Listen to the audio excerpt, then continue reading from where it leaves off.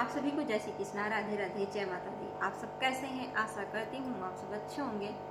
हमारे चैनल में आप सभी का स्वागत है। हम आप लोग को एक बहुत ही प्यारा भोले बाबा का कजरी गीत सुनाने जा रहे हैं। यह कजरी गीत आप लोग को कैसा लगा कमेंट बॉक्स में जरूर बताइएगा। अगर पसंद आएगा तो हमारे चैनल को शेयर सब्सक्राइब लाइक जरूर कीजिएगा।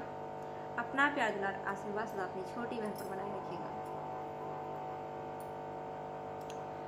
भोले बाबा का महिमा अपार बा, सच्चा दरबार बाना। भोले बाबा का महिमा अपार बा, सच्चा दरबार बाना। शिव शंकर किनारे गौरा प्यारे जिनके नाम, शिव शंकर किनारे गौरा प्यारे जिनके नाम, जिनके हथवा में डमरो कमाल बा, सच्चा दरबार बाना। जिनके हथवा में डमरो कमाल बा, सच्चा दरबार बाना। भोले बाबा के सच्चा दरबार बा, महिमा अपार बाना। भोले बाबा का महिमा अपार बा, सच्चा दरबार बाना। श्री विष्णु किनारे लक्ष्मी प्यारे जिनके नाम, श्री विष्णु किनारे लक्ष्मी प्यारे जिनके नाम, जिनके हथवा में चक्र बेमिसाल बा, सच्चा दरबार बाना। जिनके हथवा में चक्र बेमिसाल बा, सच्चा दरबार बाना।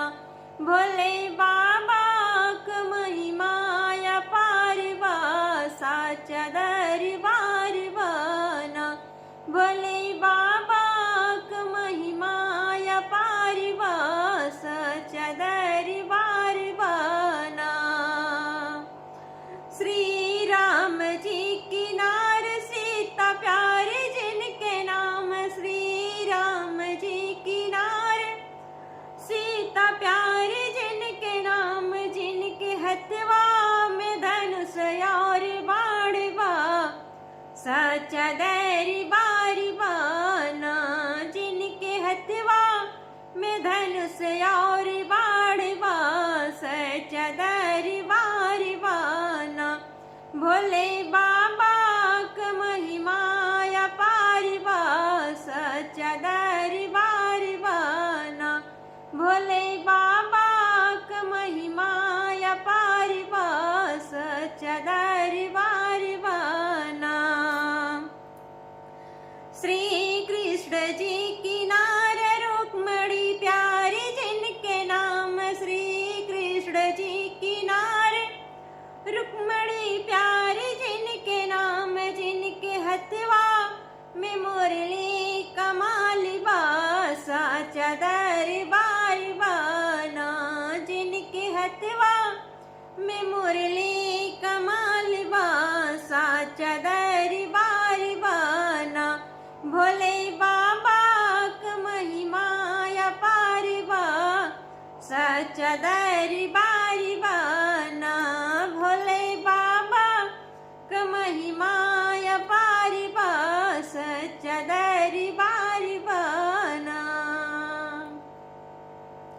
यह गीत आप लोग को कैसा लगा कमेंट बॉक्स में जरूर बताइएगा। फिर मिलेंगे अगले वीडियो में अगले गीत के साथ। तब तक के लिए जय श्री कृष्णा, राधे राधे, जय माता दी।